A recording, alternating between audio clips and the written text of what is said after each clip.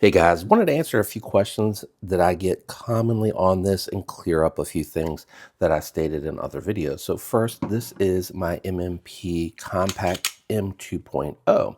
So the first thing I wanted to clarify is I got one of the earlier versions that had the hinged curved trigger.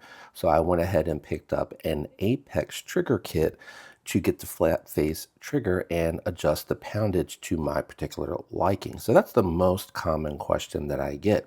The other thing is I do get a lot of questions about the Performance Center slide that I picked up this year with the compensator and ports on here and the more aggressive slide serrations and improved sights from what I had with the suppressor height sights on my original slide when I picked this one up.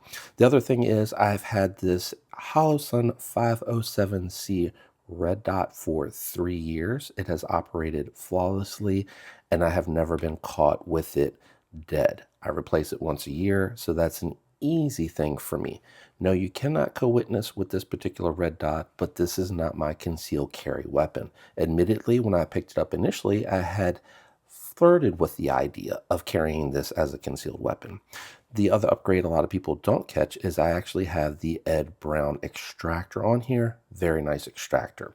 The last thing I do want to clarify while we're on the slide is the fact that I did call the rear slide serrations with the flared out butt a beaver tail. And that was more or less just to kind of describe how it looks, not necessarily that it is an actual beaver tail.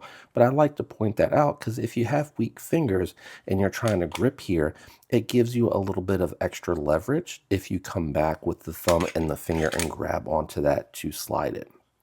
The most recent upgrade, I picked up the Floyd Customs magwell. Very nice magwell. It does eat up a little bit of the grip, but not a ton. What I have found for me is because it swoops out, unlike the SLR one, I'm actually able to get the pinky in there comfortably. It does rest in between that and the actual trigger guard, which does create a nice little leverage point from I can keep my dot on target fairly easily.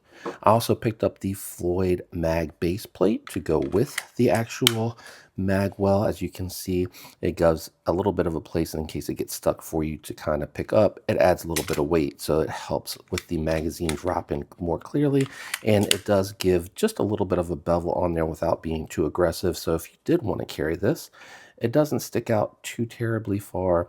It will increase the print, no doubt, but it's not awful. Hopefully that answers everything that I see out there on what I've done with this one and any questions that you have. If I didn't, drop them in the comments. I'll do my best to answer them for you.